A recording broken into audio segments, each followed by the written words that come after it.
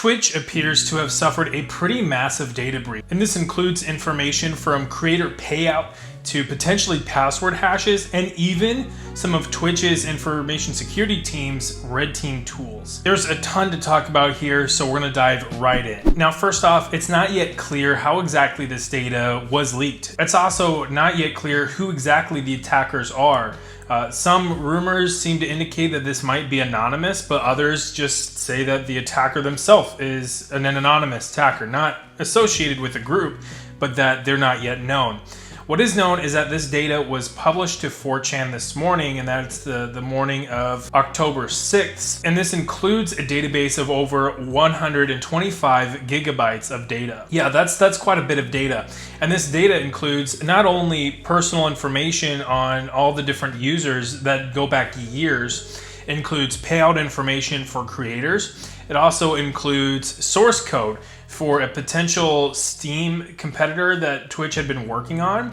It also includes different kinds of software development kits and other access tokens to AWS, which of course Twitch runs on. It also includes everything proprietary that Twitch owns, including CurseForge and IGDB. And yes, it also includes some red team tools that the InfoSec team at Twitch have been using. So yeah, that's a pretty big data set that got released, and there may be more data coming out in the future since the data that was leaked was titled Data Leak Part 1. So there may be a Part 2, but that is not yet clear. Now, this is a pretty invasive and incredible level of compromise that Twitch just suffered. I mean, pretty much everything got hit.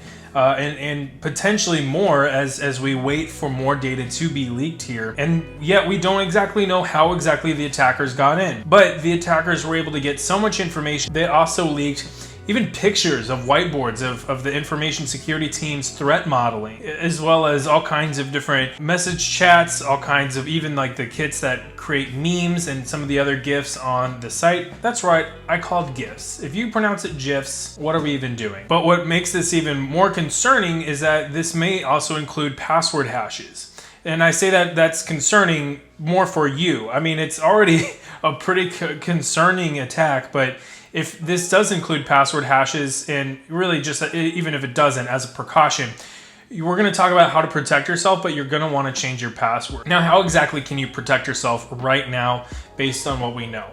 Well, of course, you're going to want to go ahead and change your password because, again, if the password hashes are in fact included in this link, then that means that users may be vulnerable to pass the hash attack. And that's basically where an attacker provides the hash instead of the actual plain text password while forwarding different post requests to a website. And they're actually able to gain access to an account. So make sure that you change your password immediately. Also, make sure that you enable multi-factor authentication on your attacks. If you don't know what that is, that's really just ensuring that there's another way that you're able to authenticate. So you input your password, but then they may text a code. So they're testing that you have your phone on you. It may be another factor as well. There's a number of ways that multi-factor authentication works, but either way, you want to have that enabled and work. And then another way that you want to make sure that you are being careful with this attack is you're being careful about phishing. A lot of attackers tend to take advantage of these situations by creating phishing emails. If they know that, let's say you have a Twitch account and you may be vulnerable,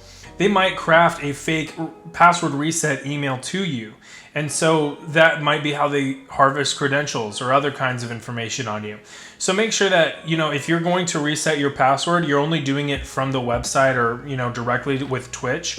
And then whenever you get, the password reset email from Twitch, you want to check the sender. You want to make sure that you're checking, different details about the email, where the link's taking you to, that it's actually taking you to Twitch, that you are actually able to reset your password. And then of course, you're going to want to make sure that you are staying tuned for more information because again, this appears to just be a part 1 for right now. There might be all kinds of other information that gets leaked.